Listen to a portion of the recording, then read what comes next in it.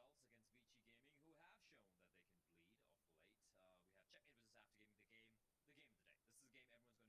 We have Checkmate versus After Gaming, the game of the day. This is a game everyone's going to be keeping an eye on. After Gaming, if they win this, they force the tiebreakers from which they could potentially qualify. If Checkmate win it, then they're 100% through, and After Gaming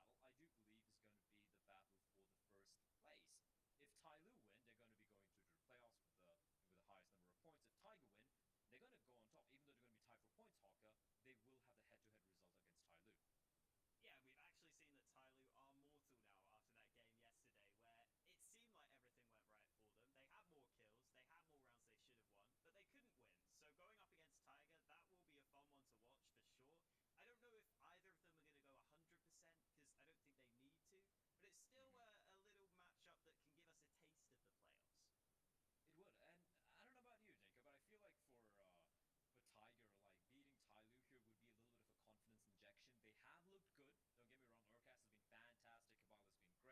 they're going to be tied for points, Hawker. They will have the head-to-head result against Tyloo. Yeah, we've actually seen that Tyloo are mortal now after that game yesterday, where it seemed like everything went right for them. They had more kills, they had more rounds they should have won, but they couldn't win. So going up against Tiger, that will be a fun one to watch for sure. I don't know if either of them are going to go 100% because I don't think they need to, but it's still a little matchup that can give us a taste of the playoffs. It would, and I don't know about you, Dinka, but I feel like for Tiger, like beating Tyloo here would be a little bit of a confidence injection. They have looked good. Don't get me wrong, Urcast has been fantastic, Cabal has been great, but beating Tyloo would kind of give them that a little bit of a mental edge, which, let's be real, it seems to be lacking for Tiger. Yeah, it definitely does, at least coming into this tournament, but I feel like there's definitely starting to warm up into it. We've seen a step up in performance. We heard the interview at the start of the tournament, which is very interesting actually, all about how they thought they could win another RMR event. If they beat Tyloo here today, that would give them the confidence and prove that they can do it because, they're looking much better and they take down the kings of Asian Counter-Strike. Who knows what they might be able to do? Indeed, that could be the case. Well, of course, we got to talk a little bit about the game, which is coming up next. It's going to be Huatsai facing up against Vici Gaming. Pure firepower. We got Ronin, baby. We got Neff. They look individually fantastic, Tom. But I don't know how they're going to be facing up against Vici. Again, Vici are a team we've said they don't lose to lower ranked teams, but they've lost. So what do we really know, Tom? Well, they got two players in school, a man who wakes up 5 minutes before the game and calls like words I can't say. Yeah, it's not a team that even they seem to be particularly happy about on Twitter. So Let's actually take a look at the map, Vito, as well. We probably talk about how this matchup's going to be. You forgot about a Chinese player who plays PUBG all the way, that till is 5 in also the morning. true. That's true. That's a benefit, right? They picked Vertigo. Damn, that's a switch up. I haven't seen Vertigo in a while, Tom. Yeah. Yeah, it's one that Vici are fairly happy to play as well, and have beaten Tyloo multiple times, beaten Invictus 16-0, and beaten Oh, God. Huatsai on literally last week. Yep. So I'm not going to be feeling too confident unless in the last 5 minutes since he's woken up, Bulbasaur's decided to watch through all of the demos. Or maybe he just woke up as, guys, I had a dream. I had a dream that Vertigo. Of time gone by. No, Tom. It's too early, please. It's Tom, more singing. More singing. Yeah, more singing later on. Later on, let's talk about Save it for map 12. Quick predictions. Dinko, let's start with you. 2-0 to Huatsai, yeah? No. There's going to be 2-0 Vici. They're not a great team on Vertigo in terms of how they approach it. They're just they drop everything that makes Vici, and they just play with their individuals, which I actually enjoy. I like seeing the individuals from Vici just pop off, and they're going to tear Huatsai to shreds. I mean, Hawka, for Vici, this is a game where I'm assuming you're going to be saying 2-0 for Vici as well, right? But I'm assuming this is a game like that Tiger game against Tyloo. They'd be looking to just make quick work of Huatsai and just kind of feel warmed up heading into the playoffs next week.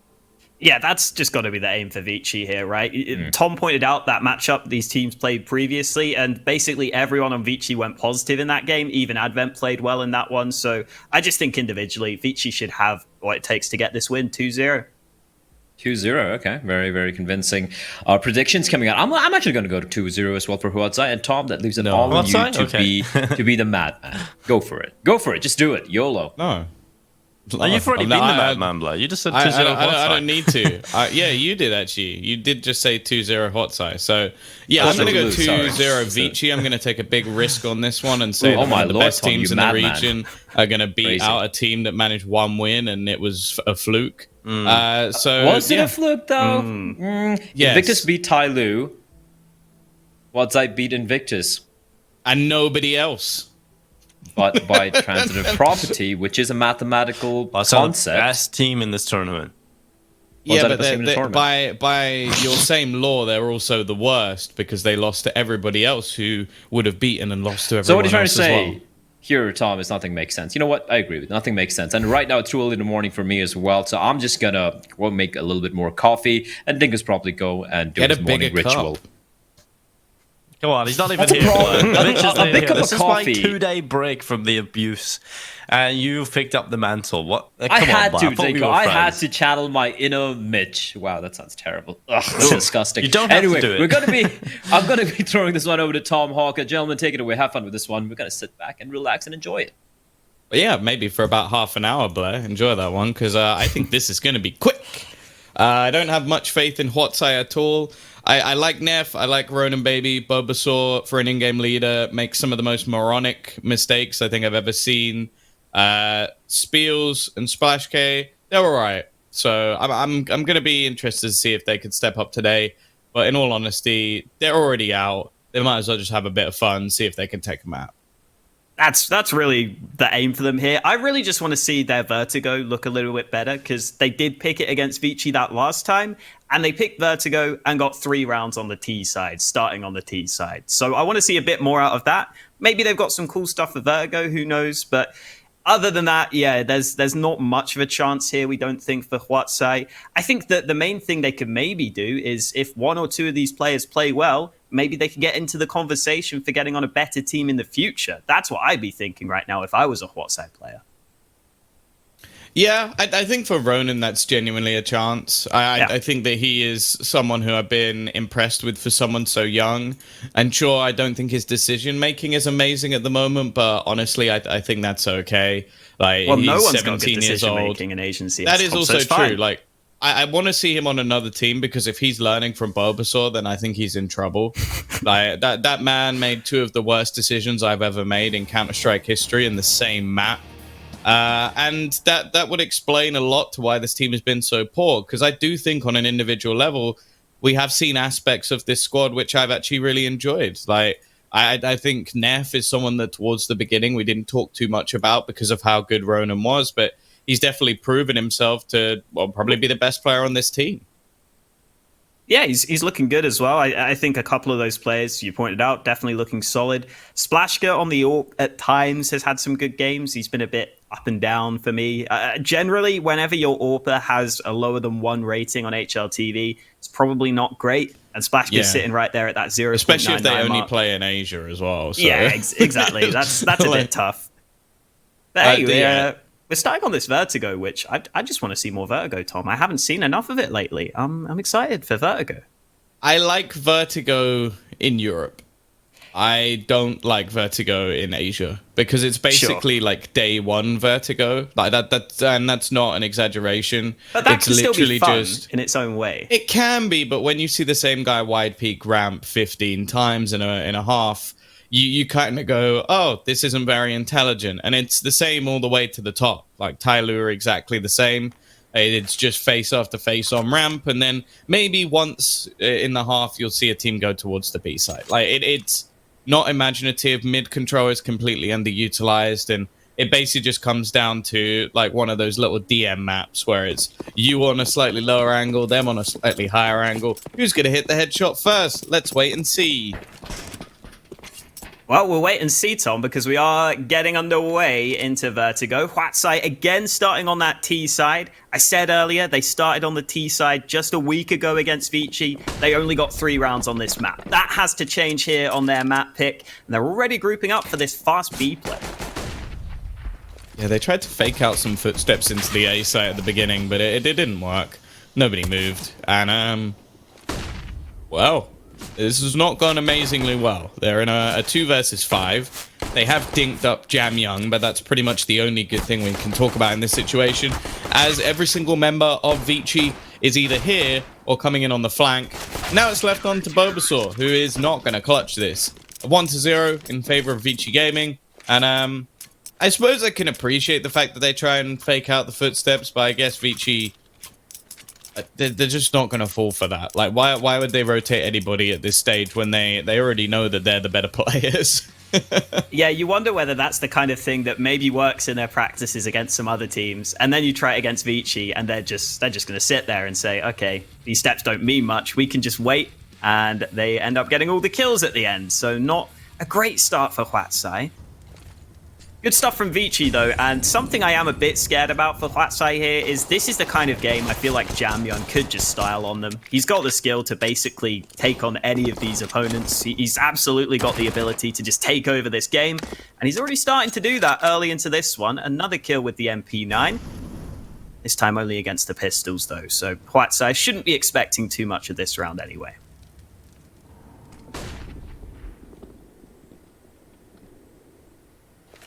They'll be getting the rifles in the next. They're going to try a B play again. I'm liking it. We're seeing some B presence thrown in. It's not going amazingly well. Advent, cheeky little one-way smoke under the box. He does eventually get overwhelmed, but it's not really going to matter. Jamyoung has just made an insane amount of cash as well, and he's even going to retrieve the FAMAS at the end of it all.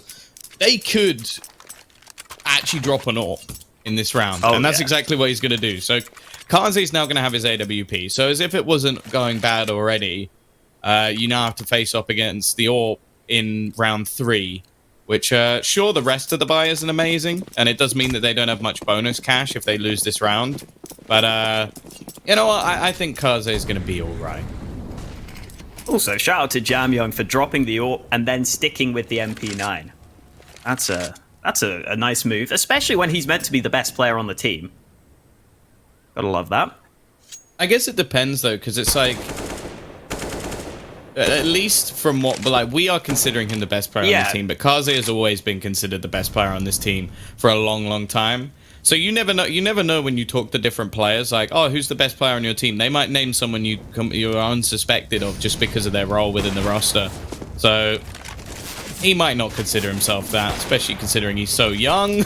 Wow. See you later, Spiels. Oh, he not only gets tagged up by the first shot, but then gets wrecked through the wall onto the second. Kaze has taken a bit of damage in return. They've got some nades set up. It's actually not as aggressive as I thought it would be. Tyler has put a pretty bad taste in my mouth from seeing them play this map a couple of times. And it was just repeak after repeak. I think Dan King has a screw loose, but he's very good at aiming. He is. I was looking at the stats for Dan King. I don't know how he has the least deaths per round on his team, considering how he plays. It's kind of ridiculous. Alman, they're getting caught at short. The trade's not bad. Ronin Baby picking up a couple of kills onto the bomb site, but a 1v3 with 4 HP is not the best position to be in, and it's not one he's going to be winning. A couple of nice shots at least, a decent attempt at an approach from Hwatsai, but right now Vici are just dominating.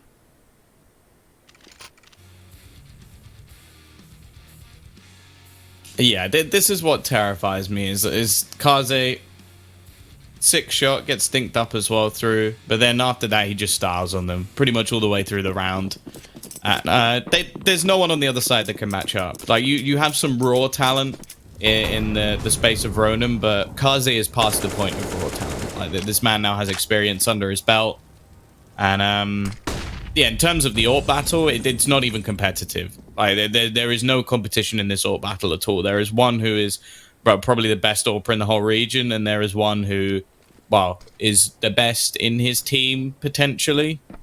Like, I've not seen Ronan or Neff AWP too much. They might actually be better. Jamyoung, bit of a wild spray, gets 2, and Ortman's actually gone down on the reface. Whoa! Okay, Bulbasaur. That's dirty.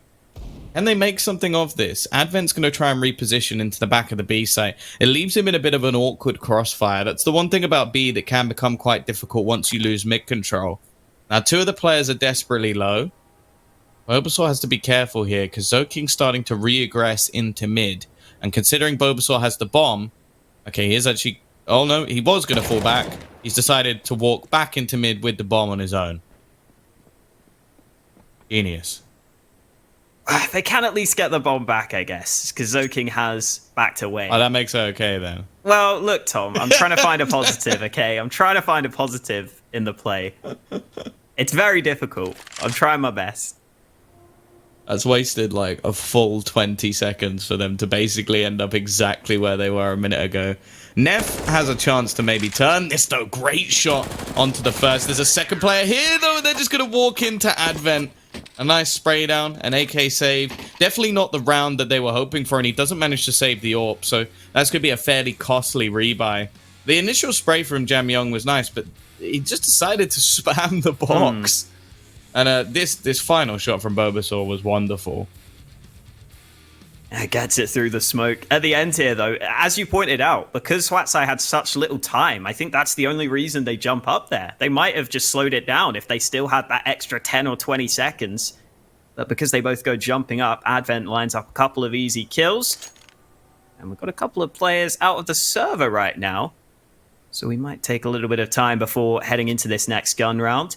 Something I am a bit worried about for Huatsai is that in that first gun round, they didn't use any nades that really did anything to stop Kaze on that AWP angle over at A. And that angle is so strong. If you don't flash it, if you don't smoke it with the AWP, it's just a very long range angle that's very difficult to clear. It's a left eye peek for the T's as well. You've got to do something to deal with that angle. Otherwise, the AWP's just going to get easy kills there every time.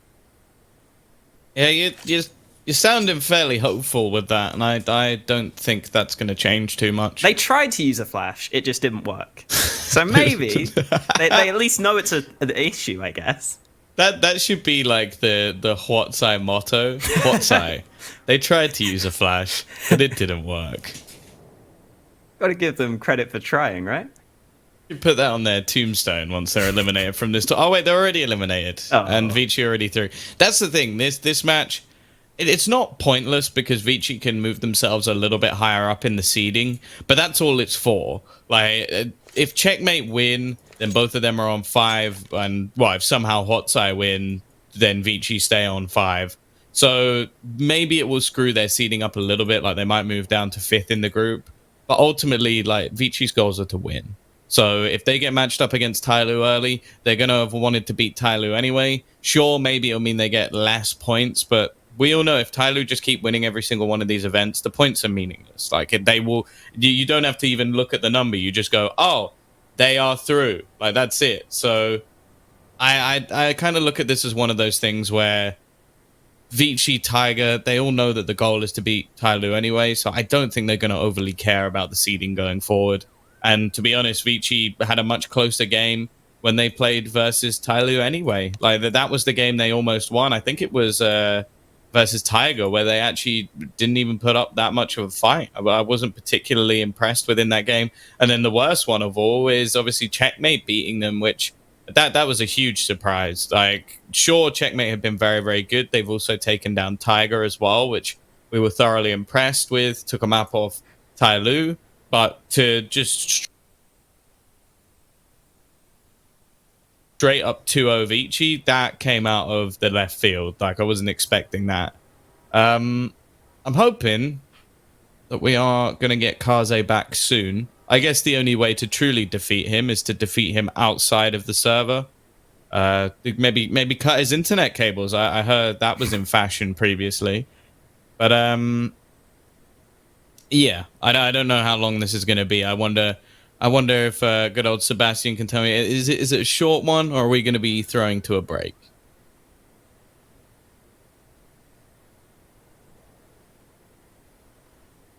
Okay, so it's a VPN issue. So hopefully that won't take too long. Just you know, VPNs are cheap.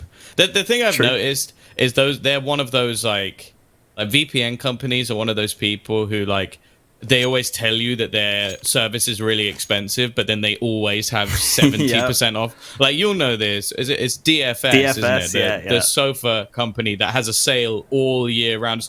That's 50% off only for 4 more days, and then 4 more days, and then 4 more days, and it goes on for eternity. Like, if you're the one dude that went into DFS when it's not a sale, that's a miracle. So yeah, just buy a new VPN. Either way, we're going to also play around with some stuff behind the scenes. And by that, I mean probably go to the toilet. And you know what Dinko's been doing. But we'll be back after a short break. Hopefully everything will be sorted.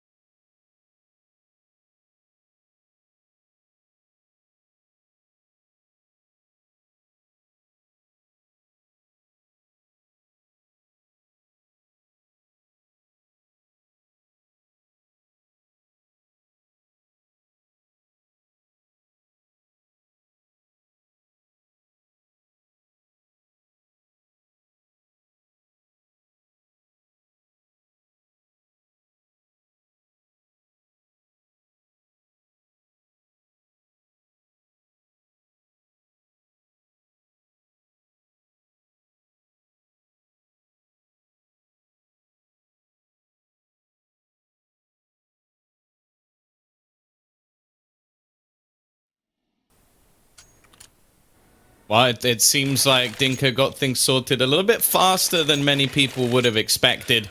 So we are going to be getting back into the match. Vici obviously 4-0 up. The AWP has been repurchased, obviously lost in the last round. And, well, we're now waiting to see if Hotsai can get themselves onto the board. They've got to purchase once again. AKs galore.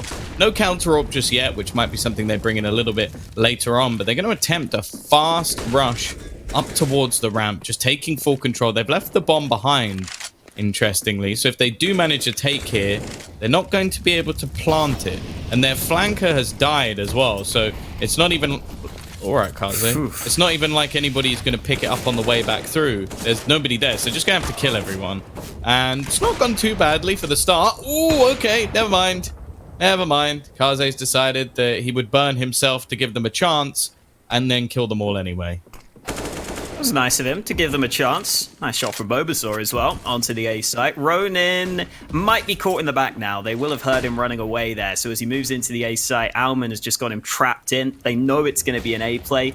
They're still trying to work around these smokes. Ronin getting up close, but Advent's on the edge of it. Oh, those shots somehow not getting the kill, but he finally finds what he was looking for. And Bobasaur, after landing that nice shot earlier, has got 3 more players to try and deal with, and he won't be able to do so. 3K in the round for Advent, 5-0 lead for Vici, and another round that didn't look great from Huatsai. Yeah, well, that's always going to be the case, though, when you have to spend a good 10 seconds going back to get the bomb after you've thrown all your utility. It just starts to fade. Also, the smoke, like, giving a lot more space to Kaze than maybe they would have wanted to. And then Advent obviously just looking to try and deny the plant here. And they didn't even need their flank. Like, the fact is, that round was never going to go their way because Orman was in ready and waiting for them.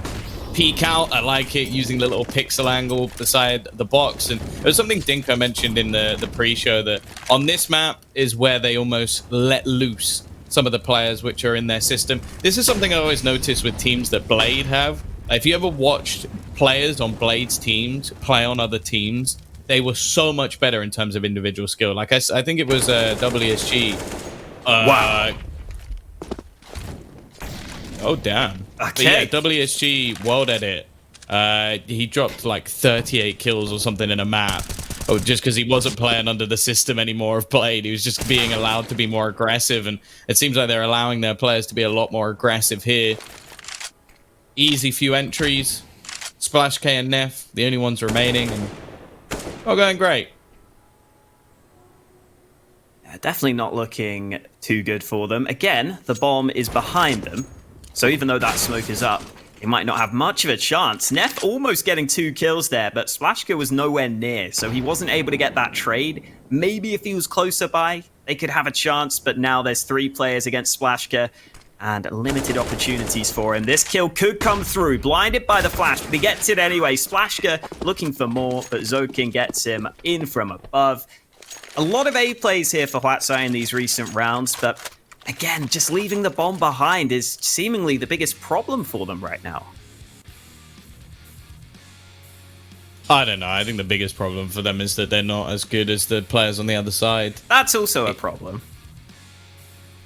But they actually could have had a chance in this 2v5 if they had the bomb with them. Because then they would have at least had the chance to trade and whatever. It's alright. I love how they're leaving the bomb further and further behind as the rounds go on. So, like, it was on ramp, now it's all the way back in spawn. You know, in Counter-Strike, you don't need the bomb, right? Don't need the bomb. And if you're good enough to kill everyone, that can work. But I don't think they're good enough to kill everyone. No, they have got an entry. Again, we're talking about Neff being the sort of highlight player here. Bulbasaur tries to go for the same peak he did before, but obviously that hasn't worked the second time. They're actually going to set up a nice little flash as well. In fact, 2 different flashes to try and find these kills. Oh, they're so blind. Zoking's wrecked them both. And Spiels, he's managed to get himself an M4. He has also gone back to retrieve the bomb. Well done, Spiels.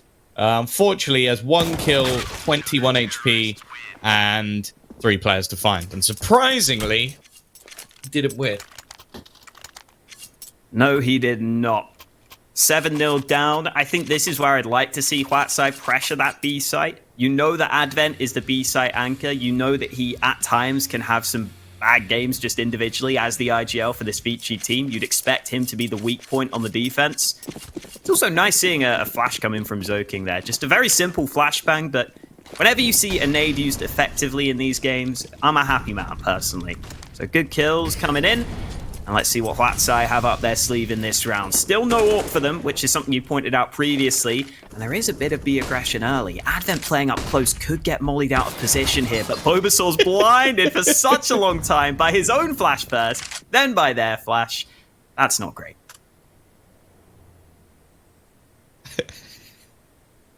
This is their map choice. I know. And he doesn't know it flashes. Oh, God. I don't know why you wouldn't just pick something more simple, if I'm being honest. Especially because I think they played this team 2 other times on this map, and they've lost both times. Maybe they just think they'll lose worse on other maps, but, well, there ain't nothing worse than 7-0, other than 8-0. And as of right now, well, you never know. Maybe they're about to break the trend. Advent's been caught out. Hello. Few individual plays. Neff's come up trumpets as well. This is wonderful. It's all based off individual skill.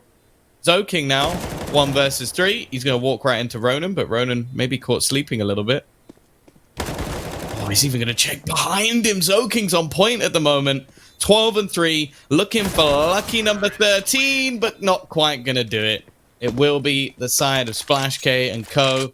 that managed to get them through the round. And actually, because of some of these rounds being a little bit closer, there's not that much cash. That's a surprise, isn't it? That's a nice surprise for Huatsai, though. So here's this flash. I mean, I don't know why he's looking at the flash, to be honest. It doesn't go... It's so much worse. It's so much worse the second time. What was he even trying? I guess he was trying to throw it over the wall, is my only thought. But I still think that would have blinded him. Either way, Kaza's still got the AWP, so we can't count Vici out. Wait. But how throwing it over the... How would that benefit him in any way? Oh, I don't know. That's the only thing I can think of. Even if he threw it over the wall and there's someone on the other side, he can't kill him. He's not What's the point of the flash? Maybe just to put pressure on the map, Tom. Honestly, I think he was trying to bounce it off that wall to blind someone if they were in the corner. Nice work from Spiels, though. This round is pretty damn close, but it's still come out with a man advantage, and Jam Young's just trying to keep himself safe, wait for the IGL of Advent to rotate in. Oh, Splash K. Had a bit of a step up over the last few rounds. 7 and 7. Obviously not wanting to let this one slip away, especially because this was a force buy based off fairly poor finances. Seems like he has a decent idea of where one of these players is going to be. Spotted out Jam Young, who's actually going to reface. I don't know if he'd expect Advent to be in this corner, though. The peek up, both players whiffing, and Splash K will get the drop on him in the end. It's not pretty, but it's still a second round for Huatsai. And actually, Vici, they're going to have to take an eco. Well done by Splashka, winning that clutch. I mean, I guess at this point, if you're Huatsai, you don't really care how you win the rounds. I've said this a couple of times, Tom. You never agree with me. But getting the wins is good for Huatsai. We can all agree on that. Splashka here, winning this clutch. I do think this second fight is one he shouldn't have had so long to take. But Advent with the MP9, not able to win that one. And now with the AKs, Huatsai have a great advantage in this round. Splashka seems a bit confused by something. It's all good, though. Huatsai are just going to hold back and spot for that early aggression. There's such little to work with for Vici here. Normally on Vertigo, if I'm on this sort of round, I love just buying a Zeus and getting into that ladder room, because I feel like way too often you can get kills there. But I don't think Vici have gone for that. Just the one Deeg really bought by them.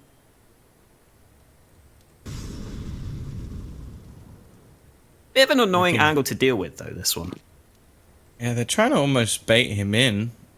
It's a headshot angle, so, well, I guess if he lands the headshot, that's exactly what he needs, and Spiels is actually going to manage to get the kill there instead.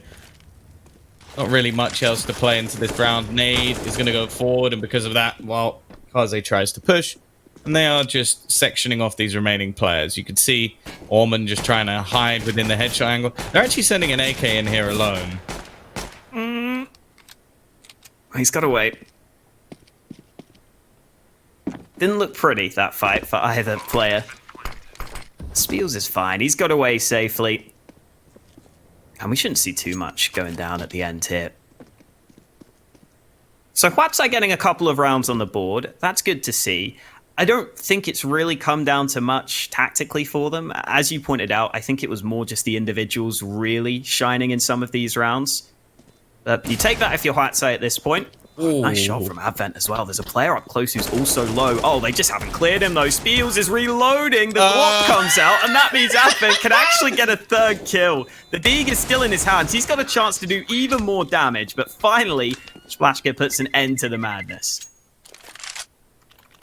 That's one of the worst. That's one of the worst kills. I can't believe. I really want to see that last battle again. He was falling there. Ah. Yeah, I think he was. But this was very nice shot. Spiels. How? How? I think I genuinely think I could have put Golden over 2 in that situation and they would have got that kill. That is atrocious. And that cost them so much. That's 3 guns that have just been dropped alone by Advent. You're getting wrecked by Advent with a Deagle, man. We've been talking recently about potentially him retiring to a coach position, and he's currently slapping you into the ground. Zoking, he knows his pre-fire angles, and they've done a hell of a lot of damage already in the early stages of this round. We're going to see the same execution once again. That they haven't mollied him. Which is surprising. I'm hoping that they're just saving that for in a moment when they actually push. If not, then yeah, okay. So that's Zoking pushed into a more awkward position. That makes sense. Actually going to pop flash himself back in. His flashes have been fantastic. Obviously, Roden clearly helping out a little bit with the kill onto Spiels. But there's still a couple of low players. Jam Young's actually going to white peek out. He spotted 2 of them. The re-peek, though, gives Kaze the angle. He's currently boosted up on the back box, but Nef's going to spot him out, keeping things relatively even for now. They are going to get into an after-plant position. Nef's also going to find one through the smoke. He's giving this a damn good go, and Orman, oh, Whiff City. Yeah, Nef gets the ace at the end there. It's wreaking havoc in that round. Jamyoung not having the best fight, falling off the box. Nef just slowly racks up all those kills, and Huatsai get another round on the board. They're starting to find some success here. It's not even been Ronin who's really stepped up for them. It's Nef, who we talked about a little bit. Splashka has been up there at the top of the board for the team. And these are all these fights for Nef. Just a bunch of 1v1s, a kill through the smoke. All going swimmingly for him in this round. And then at the end, Jamyoung just falling down. Was not able to win that fight. I still think Vici have a chance with the pistols in this round, but they have started to lose control of this game. Considering how dominant the start was as well, this is a pretty good comeback for Huatsai so far. I think the thing I'm disappointed in is that Vici have stopped being proactive. That was one of the things that was really working for them, was just taking away ramp control and not allowing Huatsai to just have it for free. And then the last few rounds, they've just allowed them to have it for free, which I don't understand why you would do that. Even if it's just to find a pick initially, like off the back of someone like Kaze, I'm fine with that, and then fall back. But instead, you're just allowing them to get this full execution and forcing you into awkward positions. And then you see a lot of the players on Vici just taking really risky peeks, like having to almost to try and get in on the retake. Advent, I didn't think I'd be saying this, but he's probably been the best player so far for this squad. But it's not gone too well from this round. Kaze is going to pick one off with the D. He's trying to check his flank, and Spiels will be holding the angle ready for when he re-peeks. It's left all onto Zoking with his masterful 5-7. But Huatsai, they've got it back to 5. They're doing better than last time, that's for sure. Yeah, definitely. Just grinding out these round wins. This is where Kaze gets back onto that trusty ult, though. And as you were saying, Tom, I think they just need to let him take a fight at ramp to start with, because in the earlier rounds, he was just winning that ramp fight pretty much every time. There is now an AWP on the other side, though, so that's something they would have to be ready for. And Kaze is not going towards A, slightly switching up his positioning in towards mid. No one here from the other side of the equation, though. Although, as I say, that Splashka actually is coming for the fight, and Kaza is one step ahead of him. The AWP battle again going the way of Kaza, and the man advantage back on track for Vici thanks to that man.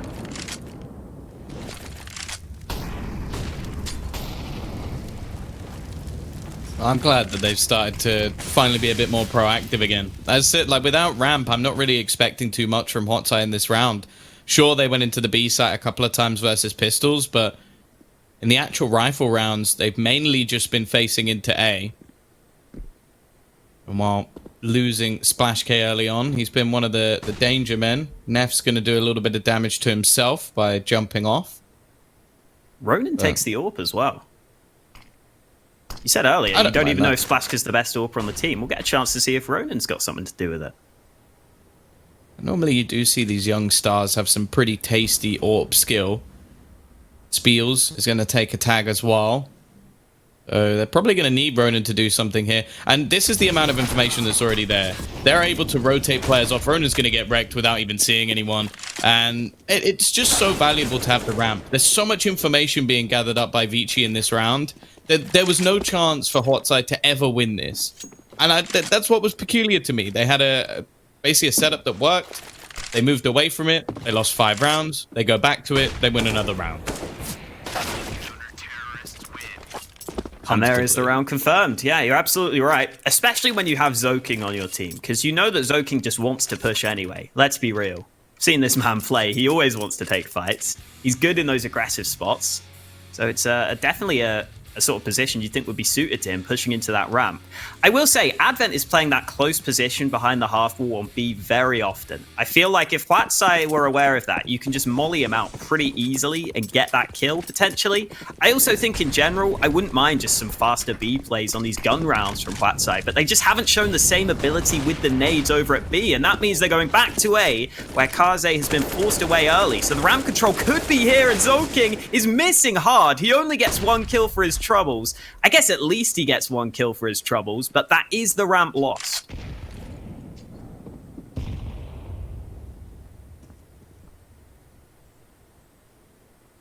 Now Kaze is going to be re-aggressing. Maybe looking to try and gain that control back, and the T's have to go get the bomb again. Look at how exposed B is right now for the CTs. I think it's just Advent like half checking it. It's a bit risky. I'm not a big fan of this, but I guess they've had to fill the holes for losing Zoking. He's normally the man that likes to rotate back through and check mid from afar on the A site. But they're going to build into this now. Advent's re-pushed into this position, but he doesn't know that someone's already crossed out. However, well, I was about to say Nef doesn't hit the initial shots, but he manages to correct his aim. Kaze has found another one. Jam Young, he's got an incendiary, but he's not going to be able to deny the plot. He's just going to try and force him off of the angle, and in fact, the incendiary's missed. It's not cleared the position at all. But Splashgate's going to walk into it anyway. And now Jam Young's going to try and make this play seemingly on his own. His teammates have finally made the rotation. Splashgate will get 1, but that will be all. 9-5 in favor of Vici, rectifying a few of the problems and basically just winning some of the duels. And well, for the last round, unfortunately, Huatsai aren't actually going to have that much cash. Yeah, we can see maybe Galil's, some AKs potentially being dropped between the players. I am a bit surprised that Zoking was just left pretty much alone on the ramp aggression this time. He's still got a kill and some damage, so the nade that came through was able to give Vici the man advantage, so it worked out okay in the end for them. And there is indeed just that 1 AK picked up ahead of this round for Huatsai. Arguably more importantly though, they have almost no nades in this round, so that A execute isn't going to be happening. It might just have to be the pressure onto the B site that we're already seeing. Advent needs to be a little bit careful here getting aggressive. If he's not aware of these angles, he could go down early. Are they going to molly him? No. It's gone to the backside. Don't worry, I've heard they've got a really good pop flash for this angle.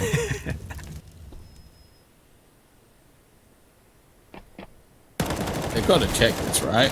Yep, they'll get him eventually, but it just gives enough space to Ormond to clear this out. Rifles at least will be retrieved. Ormond's done so much in this round. And Bulbasaur Well, he's been slowly upgrading his gun all the way throughout the round. That's a ceiling. He was here in the steps. Yeah, but I'm gonna blow your mind here, Hawker. You don't need to look at the step where the steps are. You can just work out where they're coming from. Wait, you're telling with me you your don't ears. hear with your eyes? Yeah, no, I must be skilled, gifted, you could say. Oh, I'd like to see how you're wearing your headphones. It must be very difficult to commentate this match if you've got one cup over each eye. didn't really think about that. 20 seconds left. Bulbasaur, 27 HP. A player on each site. Kaze's going to peek out, dink him up through the wall, as if it wasn't bad enough, and he's running out of time. The other player's just waiting for him to go for this plant. This is a free kill. Good half. It's not even- No. Okay, it took some time. Kaze somehow got that kill in the end there. But you know what? They got the round. 10-5 for Vici. A little bit better than Huatsai's previous performance I was talking about. They get 2 more rounds out of their T half.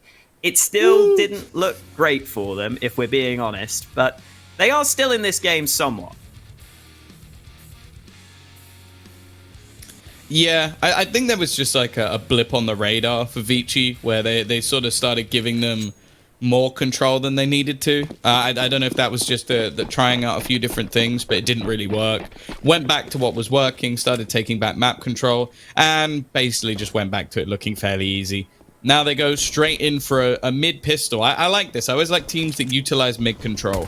It's something that's fairly underused on the map of Vertigo. Even at some of the higher levels of Counter-Strike, it's the same thing. Like, teams love ramp, even love a B rush. But they don't really utilize mid enough for my liking. Jam Young gonna pick off another 2, and he's even gonna close it. Nice quad kill for the pistol round. 19 for him now in the server, and Huatsai probably gonna force. I'm right there with you though, on the mid control though, on the T side of Vertigo. I think it was NIP who really started using the mid control quite a bit, I think a few months ago, and they really started to shoot up on Vertigo. It started to become a really good map for them, because I think they were one of the few teams that actually used that mid control pretty well, especially in a pistol round like that. You can run up mid so easily and get towards the B site. I just think that's a really solid way to just start your T half.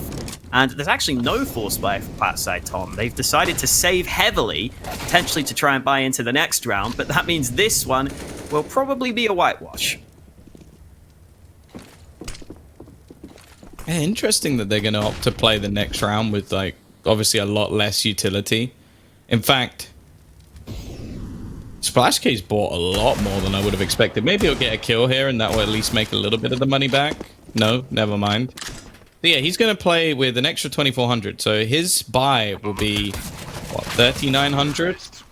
So he can get a rifle, Kevlar, and then maybe like a flash. You can get away with going for the SMGs on Vertigo. I'm just going to go for a but FAMAS. No, a FAMAS. I almost would just prefer an MP9 to play close, personally. But hey, each their own. Yeah, I think he had to go for at least something to allow him to get utility because he bought so much. But that's the thing that's irritating to me is, like, you could have just had a rifle and not bought the Deeg. Like, if you're going to do this, I'd rather you focus on the buy rounds unless you genuinely believe that you were going to get 2 kills with that Deagle. But we'll see. The T's, they've still got mostly rifles and an SMG.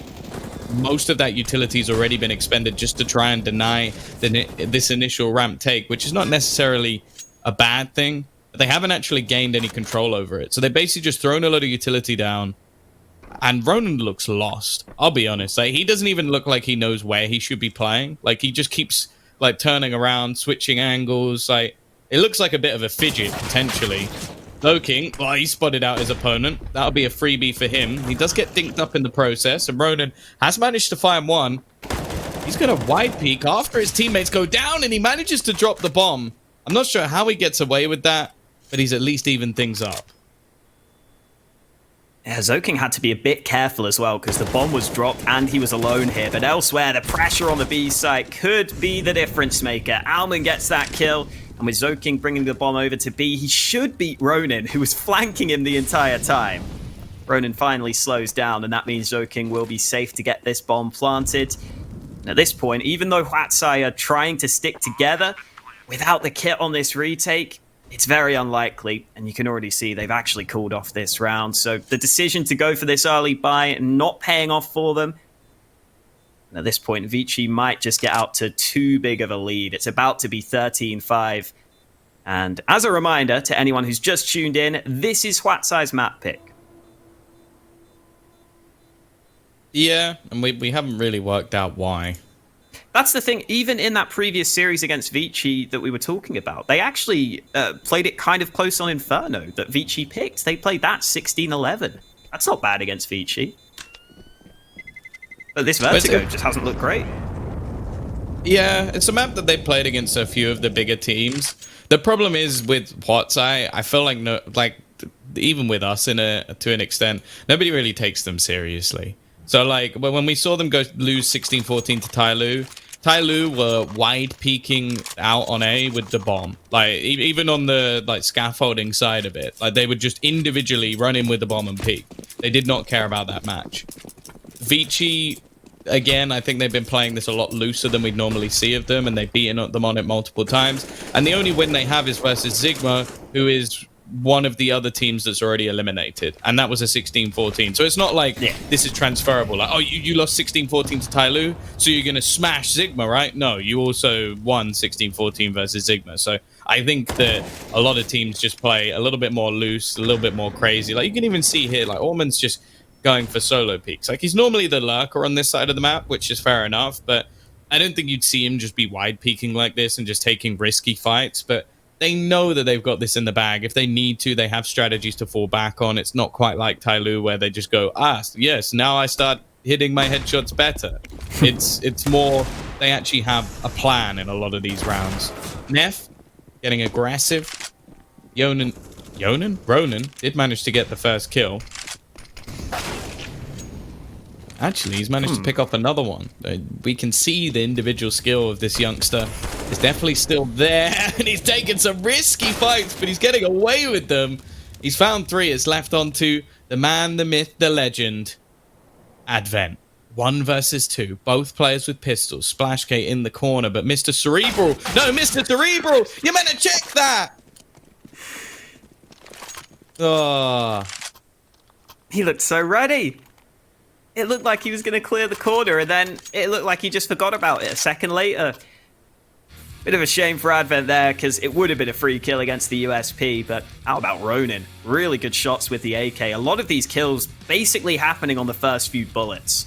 Snappy aim from the AK, and then Splashka couldn't believe his luck as he got this double dink from the back. 6th round win for Huatsai, and again, some promising signs from some of these players. This is what we talked about from them. They have definitely got a couple of potentially good players here. So at least we're seeing some of that come through for them, but it definitely feels like Vici at any point could just turn it up and get this win.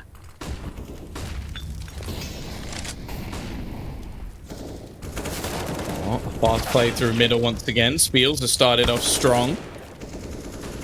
Orman has just ruined them alongside Jam Young. Advent's found another, and now it's left all onto Ronan. This is what I mean. It's like they lose a round and they just instantly just step up. And which one of those was the young gun, 17 years old with ridiculous aim? Because I'm going to be honest, it looked like Advent in that situation. Yeah, Advent was angry. He's 17 and 11 right now. Played pretty well. He's currently out-fragging every single member of Huatsai. He's out-fragging his Star Rauper as well in Kaze. Yeah, I'll be honest, I feel like Kaze hasn't really had that much to do, because a lot of the time it's been other players getting aggressive. Like, he had something on the CTs. They're just running through Molotovs. Yeah. Ooh, well, at least Huatsai can hit these shots when they're basically being gifted them. Even then, Jam Young's still able to fight back for Vici. The bomb's coming onto the B site. Yeah, they've got a really good chance here. Molotov can go down. Advent has another molly and a smoke, which could be useful to slow down this post plant. The real issue is, can they deal with this flank of Neff? They put that molly down. Here's the smoke being lined up from Advent as well, but they're sticking on the bomb site for the post plant. think this duel between Advent will eventually come up versus the SMG is probably going to be the biggest, most important one. Jam Young, he loves his little spam, doesn't he? He's being pushed.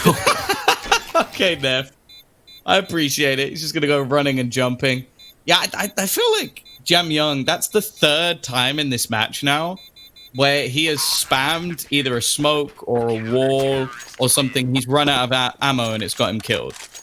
I feel like he needs to be a little bit more safe with his ammo.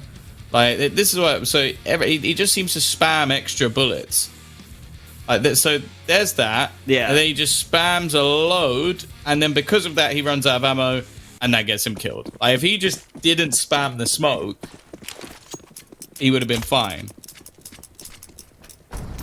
And if that happens once, maybe even twice, I'm like, okay, fair enough. He just thought it was in the smoke. But that's now the third time that he's died to the same thing. Oh, I thought Kaza might have seen the man crossing for a second there. Small gaps to work with over the top of the smoke, though. Vici have been really pummeling this B site in these last couple of rounds. They might do the same again in this one, with plenty of players waiting outside the B stairs. I haven't seen the M4 Griffin in such a long time. That's what Bulbasaur's rocking right now. And again, as you said, Alman playing this aggressive B style. Normally, you probably wouldn't see him play like this, but he's happy to try and take fights. Vici are now going back over to the A side, so we might see one of these executes onto the A site itself. Molotov already going into the sandbags, a couple more nades being prepared as we speak. Vici still continuing to play this round patiently, a bit of a slowdown after some very fast rounds previously.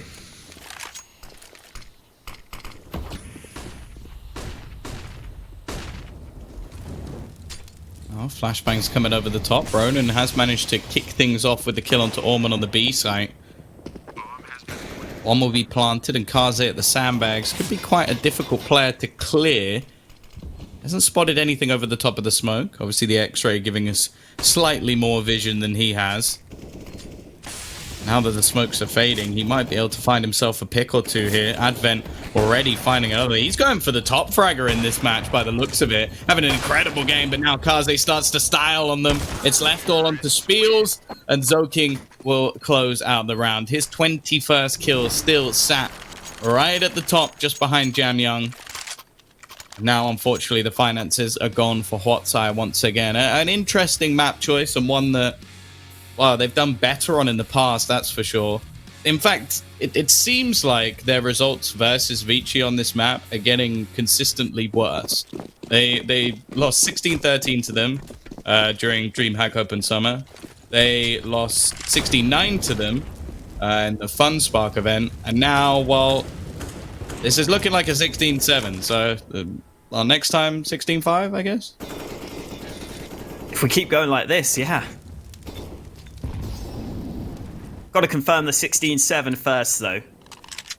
Pistols for most of the Huatsai players. It's the 4 Deegs. Have you heard about this? Have you heard about the 4 Deegs?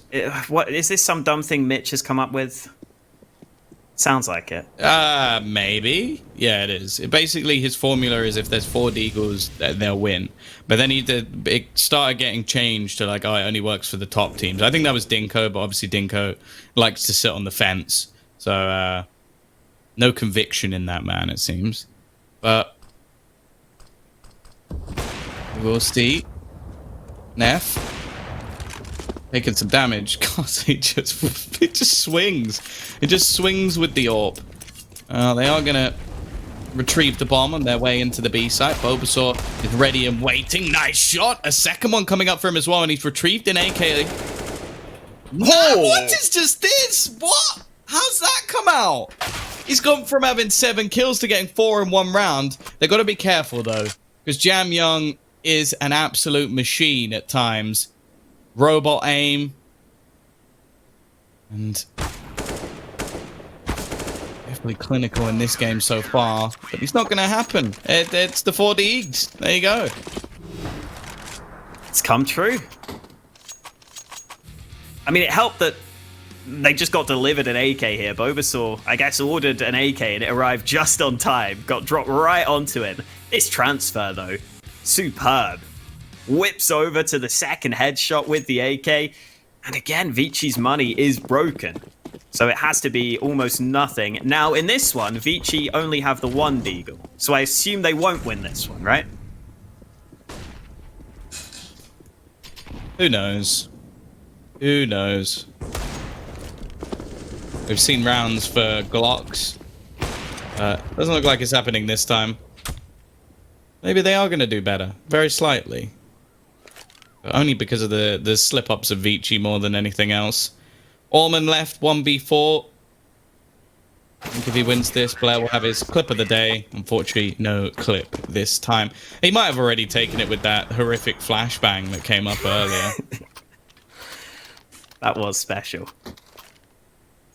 I do feel like we're just going to see Vici go for an A execute to close out this game, because Huatsai didn't really have an answer for it the last time we saw it come out from Vici.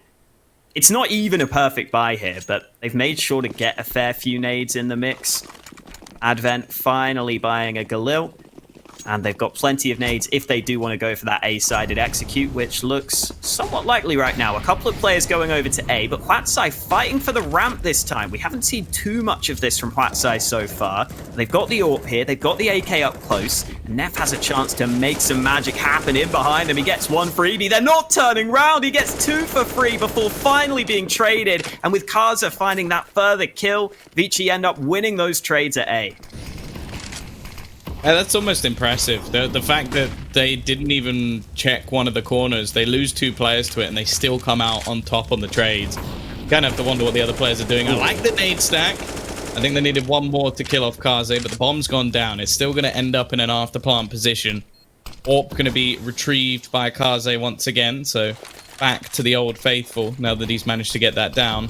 And the time is ticking. They do have to get going. 24 seconds. Oh, that's awkward for Spiels. He switches out. He's going to get in there with the AWP. Stuck in. Actually takes a pot shot at his own teammate. And while in the end, it doesn't matter. It's the same score as last time. Vici are going to win this one 16-9. And it definitely wasn't clean. Like, they had some slip-ups here and there. But they were by far the better team in this match. Absolutely. It felt like they could have closed that out sooner if they wanted to. At least here from the caster's perspective, that's what it felt like. But Blair and Dinko, do you have any other thoughts? I'm guessing not, but let me know what you guys thought of this one, because it was pretty one-sided. The par's coming out. Have you got thoughts? No, idiots. I mean, have you got other thoughts that Huatsai actually did something good? I have no thoughts. My mind is blank. Dinko, take it away.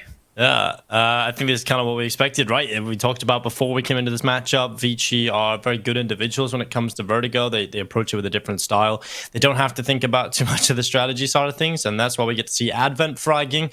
And we love to see Advent hit the numbers. And the past couple of games, I think Advent has had his moments. I remember back on Overpass against Beyond, he was even showing up. So maybe they're going a little bit looser here for Vici. But yeah, Vertigo, it's a map that I just don't agree as it was a good pick for Huatsai. It's a terrible pick, in fact.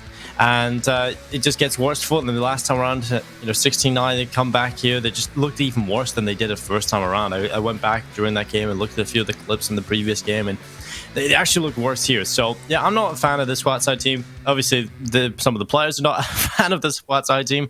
So, moving forward, I don't see them doing much more. And this should just be a 2-0 for Vici. This should be a continuation from Vertigo going into map number 2. I think Vici just looks so comfortable on the map, and even Vici right now, there's a couple of mistakes coming through from them, and you make a good point, Alex, in terms of they probably could have closed it out even earlier if they had just focused up. Yeah, I feel I have to agree with you on that. I feel like they were maybe feeling a little loosey-goosey. I mean, they're pretty much guaranteed into the playoffs, right, Tom? And probably feeling a little comfortable, a little too comfortable, I feel like. But the Huatsai team, yeah, they still have one more map to be played here at the very least. Could potentially go to map number 3. We don't know, Tom. I mean, Checkmate did beat Vici at Nuke. So, they still have. I'm happy to see at least the individuals by show up. Advent, Blair. Come on. Fair. But Bobo had a good moment, though. I'm happy for him. He had one. This was a good 4K. He also pot flashed himself in the face and then got killed. True. I don't want to bring that up, Tom, but you're kind of a bit of a bastard yourself. So there we go. Jam Young just on a little bit. 28 I'll take it. kills. Advent on 20, outfragging Kaze and Almond in a 16-9 win. You don't see that often, ladies and gentlemen. But it is going to be Vici taking map number 1 in a very convincing fashion. Let's be real. Even the few rounds which Hordes are able to get, we're down to the individuals having just pop-off moments, Neff even getting an ace in between there. So, a few highlights moments over there. But heading into Nuke, it's gonna be hard. Checkmate did take down Vici, but Checkmate have been playing some fantastic Counter-Strike. And Hordes, they have to dig in deep to take us to map number 3, and that is coming up after a short break.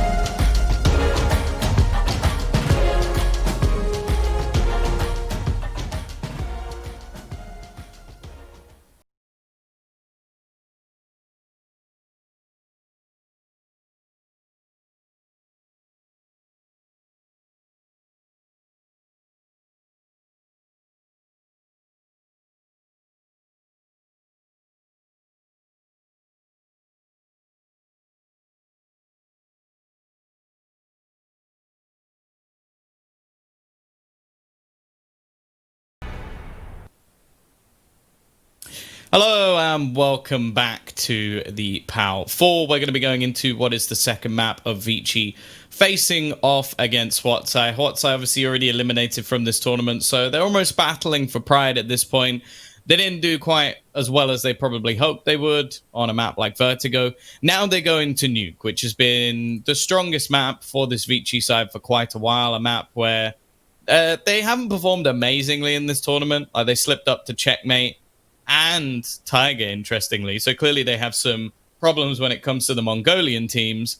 But they've managed to beat Invictus. They beat After. They pretty much beat everyone else that comes into their path. So realistically, we're going to favor Vici quite heavily. Well, I am, at least. I know that, obviously, Hawker, he's a big fan of this Huatsai roster. He, in fact, said that Bulbasaur might be the in-game leader of an entire generation of bad players. And yeah, we're going to have to wait and see whether or not he's going to be right and if they'll clutch this one out. Just putting words into my mouth, Tom. I can't believe it. I've never said anything of the sort. I mean, Huatsai, look, they've got a couple of decent players. You know, that's something that you can look at. But Nuke, I just don't see it happening. Let's be real. Vici have looked good enough on this map to get the win. I think as well, something that's kind of cool about Vici on this map is, I'm looking at the stats, they actually have a higher win percentage on their T-side rounds than their CT. And Nuke is definitely a map that we're starting to see become a bit more T-sided. Teams are definitely getting more done on their T-halves, so that'll be something fun to watch for as well, because I'm assuming they're probably going to start T-side, considering it is their pick. Yeah, I think we've seen one or two teams start T-side by choice, just because they want to try and set the pace. Now, I wouldn't actually mind if Huatsai decided to do that, because I think the CT side of this map, although we've known it in the past to be very CT-sided, you need to have decent synergy and good rotations and calls. I don't think they have good calls. I don't think they have good synergy. And, well, I doubt they have good rotations. So it's going to be one of those maps where, realistically, I think they're going to get slapped. And I'd like to see them start T-side so at least they can set the pace a little bit.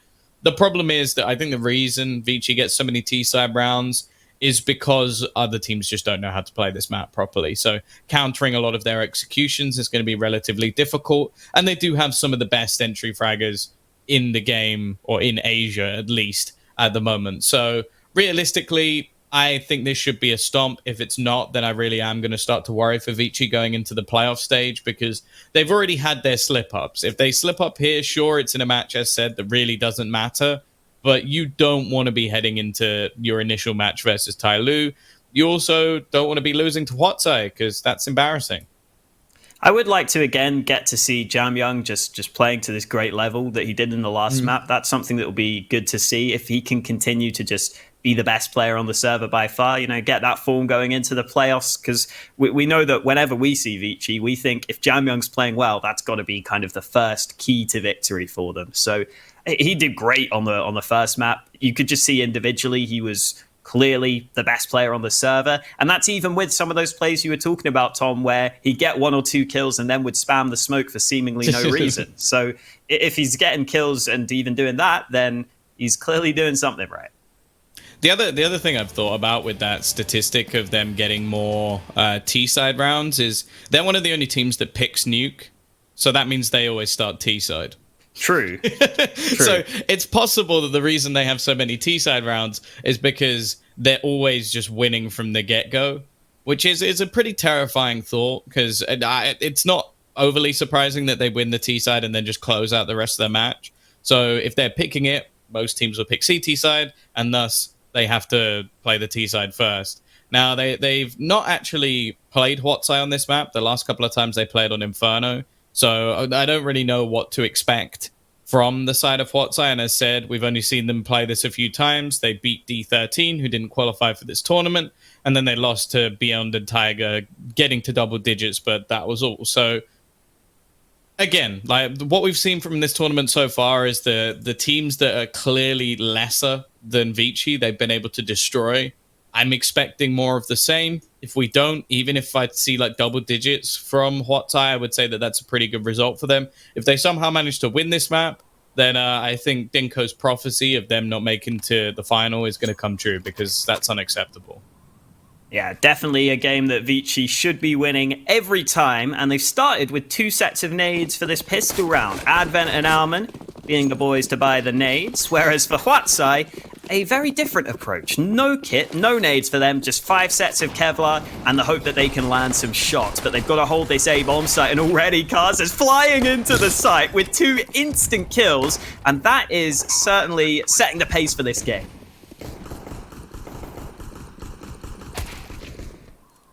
Oh, nice shot from Ronan. I'm not really sure how much else they're going to be able to do. Buying no utility in this sort of pistol is always going to be a risk, especially not having a kit. And oh, Neff, that's a kill he's going to want to forget.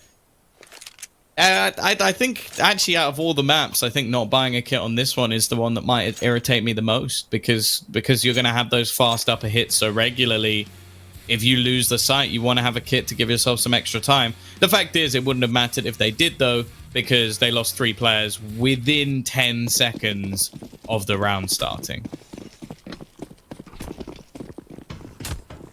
And now they've got to see if they can do any better with the Deegs. It's 5 Deegs, so the prophecy states they won't win this round, or at least we don't know if they will, because they've not gone for the 4 Deagles, which we were talking about.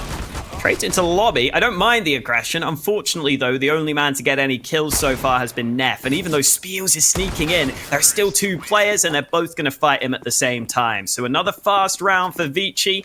And now that Huatsai are down to an even worse buy in this one, it should be the clean and easy 3-0 start they were looking for. Yeah, I'll be interested to see if there's any extra money saved up. Neff's actually just going to invest the cash he made into a Deeg. There should be enough for Splash Day to get his AWP going forward, but well, actually, maybe not. Not with Kevlar, at least. They've invested quite a lot into this round, considering. We'll see if they can do any damage with it. Neff's even bought Kevlar. Well, that was worth it.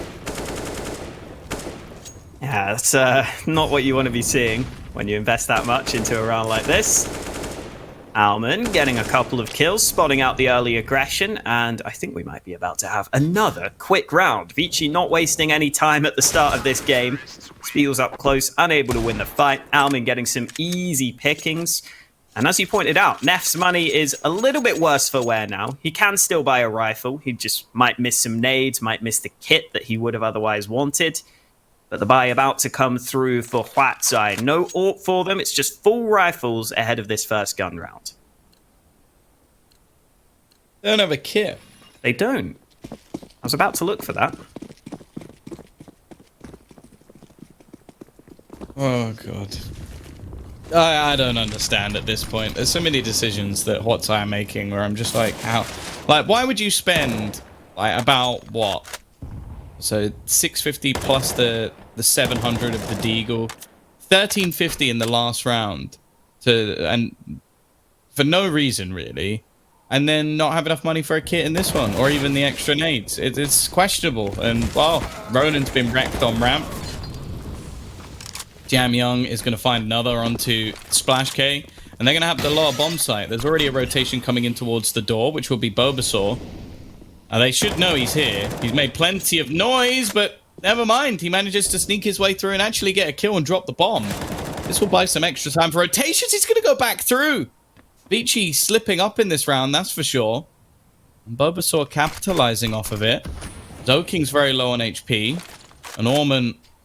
Oh, I thought the nade got him for a second. It didn't. It's left onto Orman. I don't know how we've got to this situation. Or 4v2 turned 1v2. They're going to try and face him together. It's sort of. But, well, Bulbasaur will get the trade kill in the end. Great round from Bulbasaur. He made a really risky play, and it paid off this time. And I'm not quite sure what happened for Vici there. They look like they made some serious mistakes. As I said, like, unless he managed to open the doors at the exact same time the other player opened the doors, which I don't think he did. No, because they're closed. So they heard that and then just decided to ignore it, or just weren't paying attention, I guess. I guess maybe the other thing could be if the comms were really cluttered, maybe they didn't hear it because of that. But you should have your game loud enough that you can hear the sounds in the game. There's also times where there are just so many nades and stuff going on that it can make it confusing. Nice shot from Kaza at the start of this round, though. And even after that round win, Huatsai have so many SMGs in this round. It's not a great buy for them, especially after losing Splashka early on. Now they're in a pretty precarious position where they don't have much control. You can see Jamyoung is wrapping all the way round into heaven, and I just do not like Hwatsai's chances from this point in the round.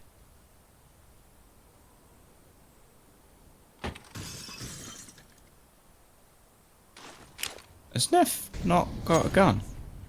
Oh, okay. He dropped it. Must have been looking for an AK or something, but it wasn't to be found. Jamyoung. Oh, it's going to win that duel, even though he was being waited for. Bulbasaur now the only one left, but they've got no real reason to push him at this point. They're going to head into the B site, and the woman's just waiting.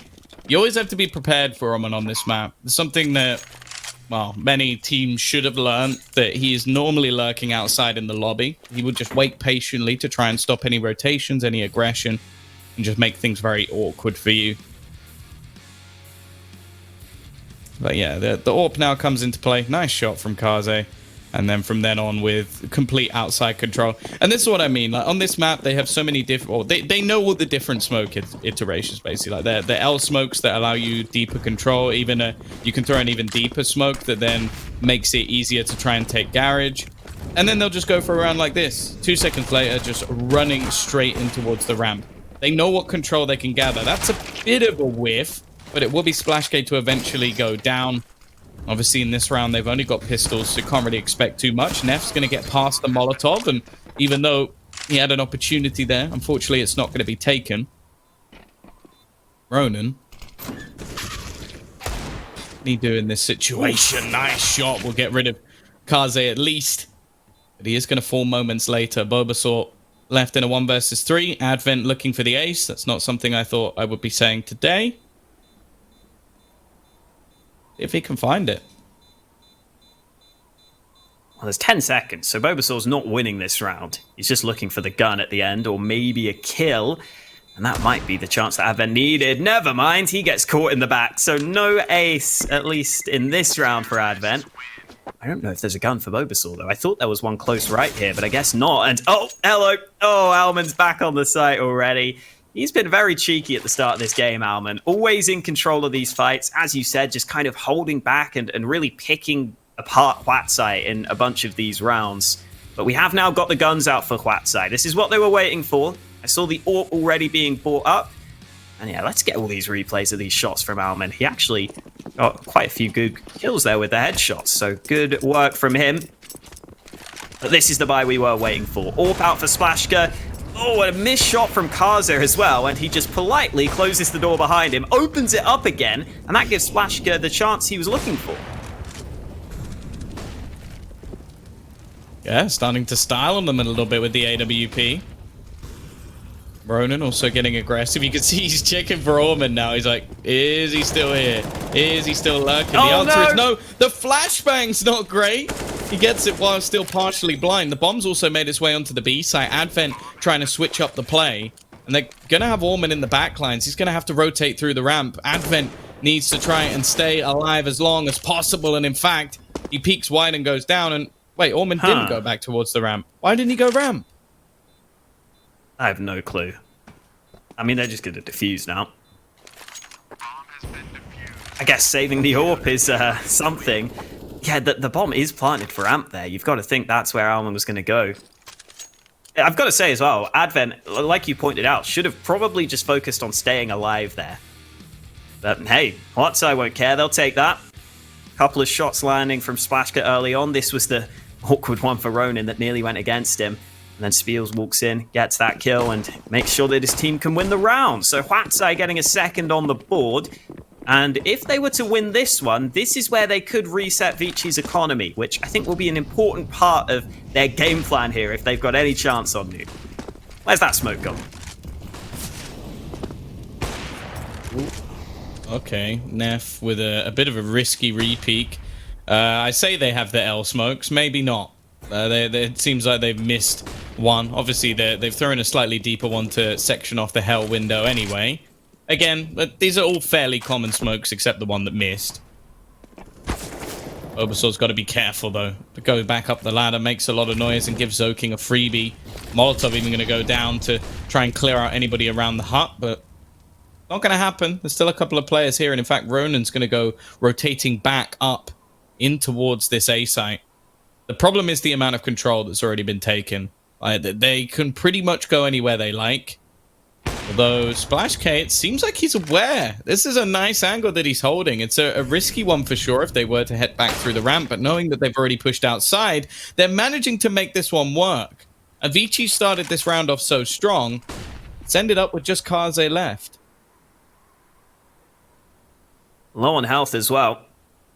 Without the bomb in his hands, I doubt he's going to be winning this one. And that was another round that comes kind of confusing with Vici taking so much control. But credit to Huatsai for actually reacting to that and playing some positions that did work for them. Kaze gets the free kill. He's actually got a chance now, but Ronan makes sure to land a shot. Make sure that Huatsai get their third round win. And as I was saying earlier, this is where Vici's money starts to become a problem for them. They can't buy into this round. And if Huatsai want any chance in this game, controlling the economy is probably the best way for them to put some rounds on the board to give themselves the best possible chance here. Some good kills across the board for them. Huatsai showing they can be competitive at the start of Nuke.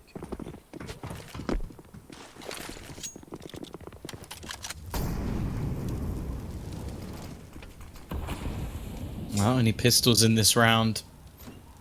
Not the best. Or Vici. Oh, okay. Spiels decides to get aggressive in a round where it doesn't really make that much sense. Luckily, Splash K has just domed them with the USP. So maybe a little bit more costly than they would have liked, but only a couple of kills after what was a pretty strong start to the round, and I almost feel like Vici could have got a little bit more there. I think that's the problem. Like, Huatsai's only response to the way Vici play this map is to get aggressive. And in certain rounds, that doesn't make any sense. So that's probably a bit more costly than they would have liked. Obviously, their loss bonus is now being diminished. So if Vici win this round, they're going to be right back in the driver's seat once again. And Nade's going to go through, but actually doesn't connect onto anybody as they go for a fast play outside. Again, a complete change of pace. Although it's only really Zoking that's crossed. Everybody else is still patiently waiting. And the power of this play is that obviously you're going to know, or you will have heard, that somebody's walked through. So you'll have the positional control, but then you've left the remaining T's outside. So if anybody goes looking, anybody goes hunting, they're going to be in quite a bit of trouble. Neff somewhat abandoning his post as the remainder... There was a smoke in front of him, which would have been the safe haven he wanted. I guess just stand in the flames. Oh, well. 2 players just died to Molotovs. Like, I'm all for great utility usage, and don't get me wrong, Vici clearly put them in the right place, but you're not meant to stand in fire. I never thought I'd have to say that out loud. Oh, dear. And this round's going to destroy their economy as well. They have to save these last 2 guns. No question about it. If they do, Splash K can drop 2, Ronan can drop 1, they're fine. If either of them die, then it's going to be a big problem. Don't peek here, Ronan. There's no value in peeking. Oh, it's... There is just that mentality. I think this goes all the way to the top as well. No matter the situation, if I get 1 kill, then it's worth it. It's like... So did he smoked that off and it didn't put out all of the flames. That's really unfortunate. Yeah, that is a shame. I hate how that works. That's so stupid. Oh yeah, there's so many rounds where I'll pull a rush half the flames and try and smoke it and then just die because it doesn't. Or just hit your teammate in the back. Oh, the amount of times where it's like, okay, someone on my team will say, right, everybody rush B, I'll smoke the Molotov, and they just hit their teammate in the back of the head. Yeah. And then the other people just burn to death. Or they like, well, don't run through. And if you don't run through, you're a coward, and I don't like you. Absolutely. You died to show your teammate made a mistake. Oh, Ronan! He tried to escape and instead has handed the B side away. Splash K's trying to get a quick rotation in. What? What? What? Trigonometry, bruh. He's got a bouncing Betty. That's amazing. I don't think I've seen a Molotov fly quite that aggressively. I'm guessing it hit the rim on the floor and just flew up, but that's ridiculous. I don't think I've ever seen that happen before. Bit awkward. Decent position for Zoking, though. Not checked properly, and now Bulbasaur's left alone. 1 versus 3 situation, but he does not have time. 10 seconds left. He needs to kill 2 people and then defuse the bomb. Good luck, my friend. It is 7 on the board. The buy that they came in with did a decent job for what it was, but ultimately not enough. The problem so far for Huatsai has, I think, just been that positioning. They've had 1 or 2 rounds where they have been able to position correctly, but on the CT side of Nuke, it's so important to get into the right spot. That's not even an angle. There's no angle there to bounce up like that. No, I'm sorry. It's hit the rim. To me, it looks like a right angle, but I guess there must be an angle there. Magic. Fireworks on the server. If I were Vici, I think I would just run the wall of smokes outside every round and just go down secret and just see what Huatsai's response is, honestly, because I don't believe Huatsai's rotations will be good enough to deny that from happening, in all honesty. Got a tech pause here, though, Tom. Second one of this series. 7-4 lead for Vici.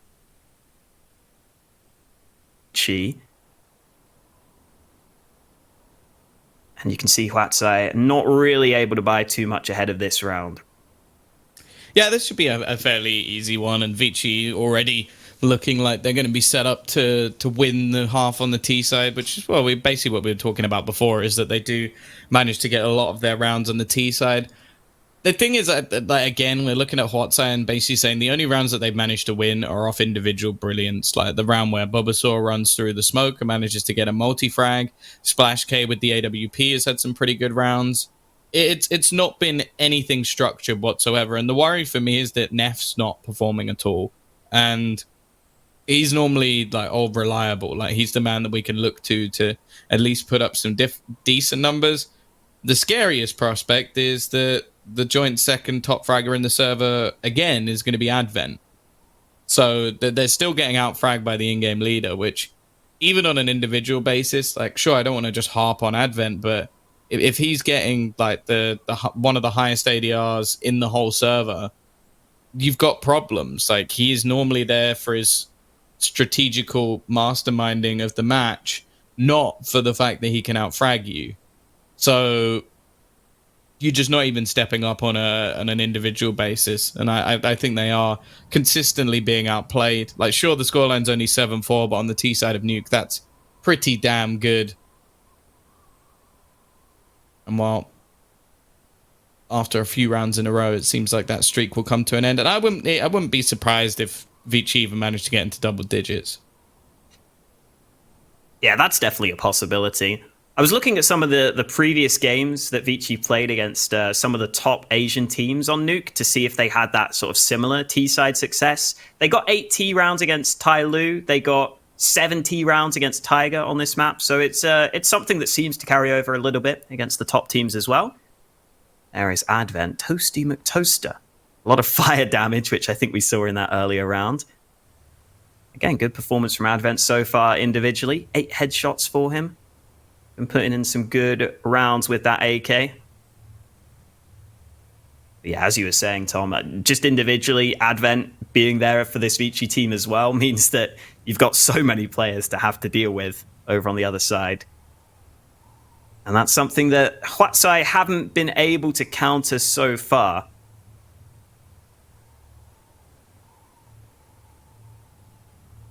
Well, I imagine this is probably something to do with VPNs again, or something of the sort. I hope it won't be too long a technical pause. But yeah, this, as we've pretty much said, like, this is Vici basically just having a training match. Like, this is them bit of a practice, like, try out a few different spicier things. I don't think there's going to be anything too interesting. Obviously, the next match is going to be the one that we really want to talk about, which is going to be Checkmate facing off against Arthur. After.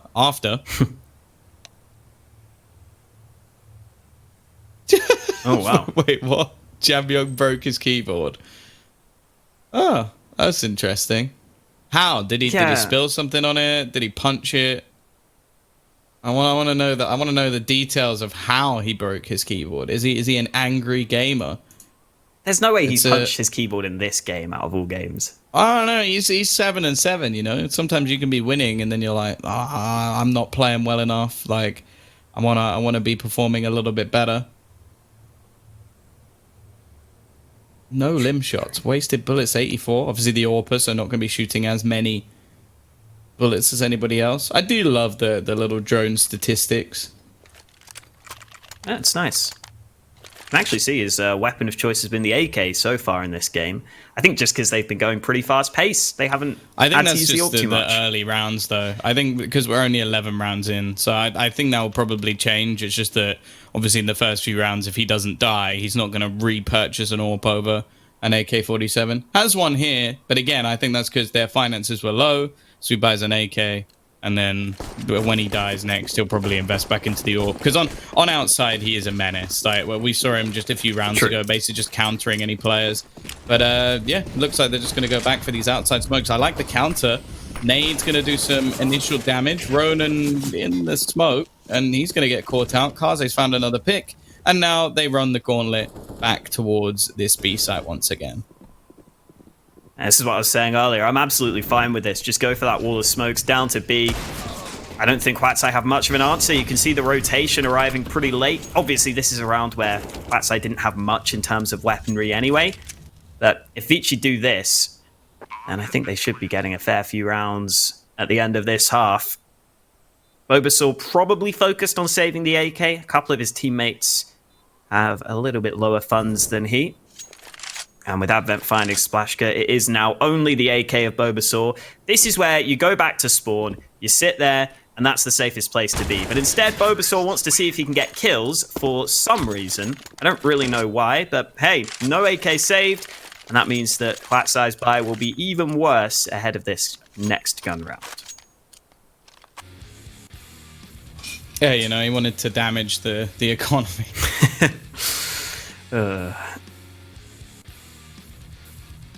I stand by. I think Bulbasaur has some really questionable decision making, and he's the in-game leader. And so, I don't know.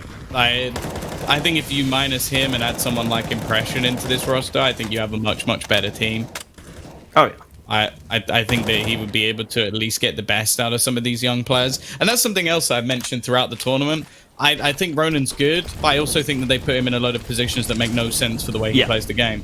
So, I don't know. It's an odd one. Neff, Spiels, they're combining here as the A-side push does come in. Bulbasaur, he's going to get a double for himself, and Kaze is now left alone, and this time he will achieve nothing. A decent stack up on that A-site is going to hold the line this time. But of course, there is going to be a purchase come back up. Now, this will be interesting because there is plenty of money over on the T side. So we'll see whether or not Kaze sticks to the rifle, in which case we can imagine they will still go for these faster plays, or if he's going to go back to the old faithful. And by the looks of it, he has bought a rifle. So he's sticking away from that AWP for now. I'd have thought this would have been time for the AWP, right? You get shut down with one of these faster A plays. Might have been a nice idea to just go for that pick at yard, which we've seen him do in some of the earlier rounds. Not meant to be, though. It's the AKs out for Vici ahead of this next one. And see, Ronan plays ramp, and this is a position you can't do that much. You can't push like that. I agree with you, Tom. You don't put a player like Ronan in ramp like that. Well, that's the thing I've noticed with other teams. Like, for example, Invictus, the player they have on ramp is the most experienced player. They have Xiao Sage. Yeah, exactly. Playing on ramp, because it's one of those that's a very important rotational role. Like, you have to switch things up between hell, get yourself down to B when the decision's right, utility usage. I think the only young players that you really see are sort of the exceptions that are like Obo was very surprisingly intelligent good at that spot on complexity. Yeah, exactly. Sort of intelligent young players who are very good at playing a role. Whereas he's not one of them. Like, I would much rather have him go battling in towards the lobby, like if you really wanted to have aggression, like him playing around hut, or even have him just like styling outside, like play him in one of those roles where he's able to get aggressive, where he's able to push and make active decisions to be proactive. Instead, they have him as the rotational B player. It makes absolutely zero sense. It's the worst possible role I can imagine for Ronan. And as said, like I don't want to blame him necessarily for that. It looks like he's been put into decisions. Now there's going to be a late rotation back towards the A site. This actually could work out quite well. There's a couple of players here still that they have to deal with. One of them's going to be in the corner, and they predict it. Easy cleanup. Just got to get the bomb down, and then they're in a comfortable position. And in fact, they don't even need to do that. Flawless round for Vici. They bounce back in a matter of seconds, and the CT side money is in the bin again. Yeah, just touching on the Ronin playing ramp in that round as well. I was looking at Bimas or Bmas, whatever you pronounce it as. When he was on FaZe, he was playing ramp, and he just wasn't having anywhere near as much success as now on Mouse, where he's playing on that A site. I think he had a game recently on Mouse where he got like 30 plus kills on Nuke, and he really went off. So yeah, it doesn't make much sense to me. But hey, that's Carrigan for you. Yeah, there you go. Carrigan knows has how a brain. to use young talent. Absolutely. Wow, was that shots at FaZe? You saying that FaZe don't have brains? Wow, I mean, I'm quoting that. I mean, would anyone argue against it at this point? Nico's gonna come get you. He might. I'm sorry, Nico. But we're gonna have an esports boxing match. Tom, I'm never Nico. having a boxing match against anyone. Have you seen me? Maybe Nico. against Obo. Maybe that would be the one that I'd maybe think about. I'll give you 10 quid if you do it. Oh, 10 quid. I've never seen this sort of money before, Tom. Oh my goodness. Good deal.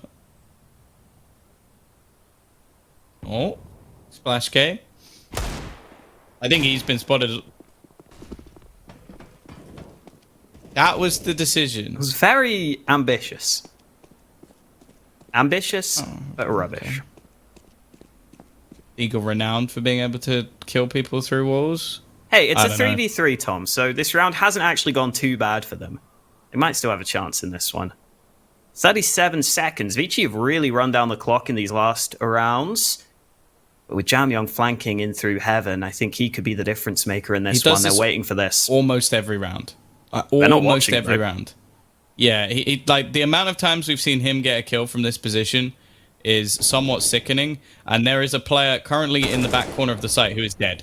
I can't believe I still can't believe they don't put anyone watching that. Like, how many times have we now seen him rotate through heaven? And I think it's at least 4 or 5 times. And they're never prepared for it. Never. Not once. Yeah, that's exactly the problem we were thinking Huatsai would have, right? Is that just the rotations and the positions just haven't been there for them in a bunch of these rounds. Jamyoung with a flashy kill at the end. Puts himself at the top of the board, and we've got dualies, Tom. What do you think of the dualies? Let's go. Love dualies. No, this isn't just dualies. You have understated this. This is the Julie raid boss. Wow. This is Zoking being handed dualies by Advent. He's going to take the reins. This is your chance to dominate. Unfortunately, they've gone outside, which is not the best position. Ronin's just missed a jump and taken 45 damage from the world. So that's something. And yeah, they've gone B. They've gone straight towards the B side. They've left one player lurking, which Jamyoung is ready for. And in fact, we are going to see Orman end up closing that kill. The player on the B side is going to go down. We want to see Zoking do something here, but he's actually being relatively patient with these dual Berettas. The whole point is to run and gun. We want some keto magic. I got to see that last time. There's one. Spins around. Beautiful stuff from Zoking. But I think from that point, the round was pretty much already over anyway. 11-5, another pistol win. I think, is that every single pistol going the way of Vici? Can't remember if the second half pistol in the last map went their way. I think it did. I think they won every single pistol in this. Also, for everyone watching at home, I think, I'm assuming Ronin missed the jump from Silo onto the top of main. If you want to do that, you just have to run with your knife out and you will make it. If you run with your gun out, you will not make it. So that's a top tip for you, everybody. I didn't think I'd be having to say that today. But hey, Ronin has cracked open this round. They're onto the A site, but Zoking is in from above. He's not got the Julies this time, but the MP9 and the P2000 are doing the dirty work. Where did the Julies go? I don't know. He dropped them. Advent's got them, yeah. Alright. So you get these for 1 round and 1 round only. It's not even like he died either. It was just he just decided to give them back. Well, Zoking I like it. They really do love to get that AWP in early, especially knowing that there's a buy coming. Nice shot from Ronan. I think there's a chance he'll have more impact going into this T side just because he's not playing a position, which makes absolutely zero sense for the way he plays the game. But we'll have to wait and see on that. Not much utility here, but I don't think they're really going to utilize it properly anyway, so it's just going to be a push towards ramp by the looks of it. Zoking's run all the way outside and seen nobody. So this is going to allow them to stack up some other positions. They're going to try and make a play into Jamyang through the smoke. That is risky as hell. This is the last man I want to push, but Bulbasaur, nice entry. Kaze has been able to rotate back, but ultimately they're just going to stick with the trade. Very safe play from Kaze there, making sure to just stay alive, because he knows that he can just funnel them into that B-bomb site. Alman was waiting. Flashbang put through to try and see if he can get onto the site. This smoke is giving him some cover. They've lost track. They don't know he's here. Oh, Alman has snuck all the way through, and Spiels goes down. Splashka should be out of there. It's Joking who eventually closes it. 13-5 for Vici.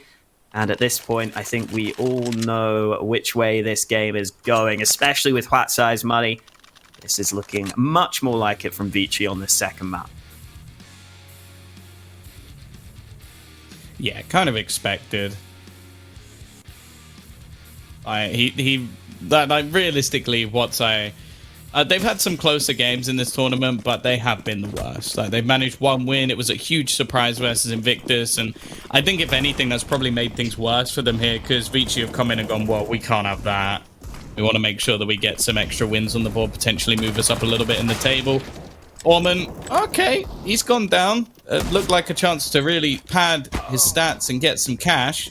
Whereas now Kaze is going to go for a few risky re-peaks. They have made it down towards the B site. Splash K pre-firing the angle actually just gives his position away. And while Jamyang is trying to get himself a few extra kills before the end of the match, Splash K and Neff left in a 2 versus 4. By the looks of it, they're going to try and go up the vent. And they've spotted out Zoking. I think Zoking spotted them back, though. That doesn't really help them out too much.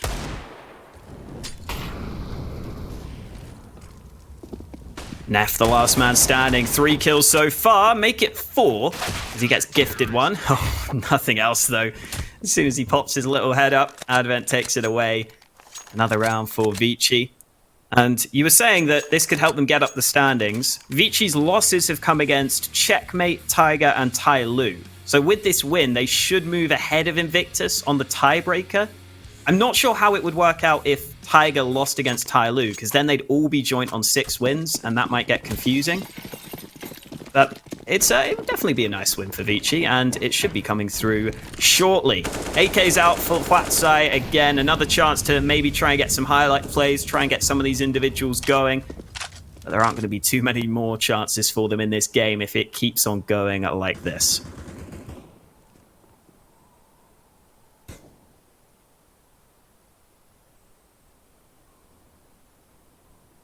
They have at least got a buy with utility, which is something we haven't actually seen yet. Bulbasaur looking like he's just going to break the door and set somebody up for an opener. They have managed to gain a little bit of control outside, but they've got to be wary of Orman, who this round is going to be sat in secret. The Molotov is actually going to force Ronan back into a more awkward position, and Orman, he's ready for this. He goes diving into the hands of Spiels, but Zoking's there to trade. Advent with another. Now they've got a decision of which direction they're actually going to go in. Zoking's going to get dropped down. I'm surprised that Bulbasaur manages to win that duel, but I imagine for Zoking it was a bit of a surprise. Somebody jumping down knowing he was there. Jamyang as well is already waiting on this B site. And the second that door opens this time, we'll have a decent amount of information. That's if they go that way. Actually, Boba's going to go back. Or it seems that way. I'm very confused as to what they're doing. They're making a hell of a lot of noise. And now they're going to go into the B site. And this is where Jamyang is waiting. Just going to watch for the door. They're going to go for the plant. And eventually, he'll get killed off. Ronan on the other side now only has 10 seconds. And Kaze's rotated in. A little bit close for comfort. But Vici ultimately get the round across the line. And in fact, I don't think they've dropped a single round in this half so far. So you can kind of see what I was talking about earlier, Hawker. It's not necessarily that they're better at the T side. It's just that they play it first. Yeah, they get more chances on the T side, right? Absolutely. 15-5 up now. I was hoping we'd see Advent near the top of the board again, but everyone else on his team has decided to overtake him. Kaze now up to 19 kills. Kaze again with kind of not a quiet performance, but more just that he's getting kills when he needs to. He's never making mistakes. He's just doing his job. He's got 19 kills now, and oh man, gets 2 over at yard. No one there for Whiteside. No one ready for that angle. And it's 3 more kills required for Vici to close out their group stage with a win. That's so cocky from Orman. It's a bit much. He wanted to try and just style on them towards the end of the match, but ultimately it does mean he meets his doom, and it looks like Zoking's about to come under some pressure. Whiteside slowing the round down, maybe hoping that somebody else will get a little bit more aggressive, but not really any reason for it. I'm then gonna pop Jam Young in just to give him that extra information, and now that they've spotted nothing else, they're actually going to rotate Kaze. And he's got to kill straight through the smoke, and they're going to try and make their way down the vent. He's done even more damage to Bulbasaur. I think they know this as well. They're going to throw out some extra utility, and now Zoking looks to try and get his revenge, falling through. Jam Young's waiting, and it is dominant. Vici win this one 16-5. It's somewhat expected, and a fairly easy series for them in the end. Good to see Vici back to a good level, though. That's what we wanted to see, right? Not too many mistakes made. I guess you could say on Vertigo it came slightly closer, but I think when Vici were properly trying in those rounds, it felt like they were doing what they needed to do. Individually, they looked good. Team play looked pretty good for them. And we can bring in Blair and Dinko to talk about exactly what went down in that one. What did you guys think of that game? Excuse me. I felt like for me, it just seemed like a very... I don't know, didn't look like Kyoto really had a chance here. I mean, Nuke, let's be real, they really didn't know what to do on that first half. The CD side just fell apart. Vici just cruising along. For me, Dinko, what was surprising was how consistently good Zoking has been so far in this tournament. Yeah, Zoking has actually been quite impressive overall. I think he's a player that, when you take a look at it, he's generally looked as an inconsistent player on this team, and a player that can pop off when you need him. But he's a role player, but he has been doing that role so well for this team, and even having some of these big moments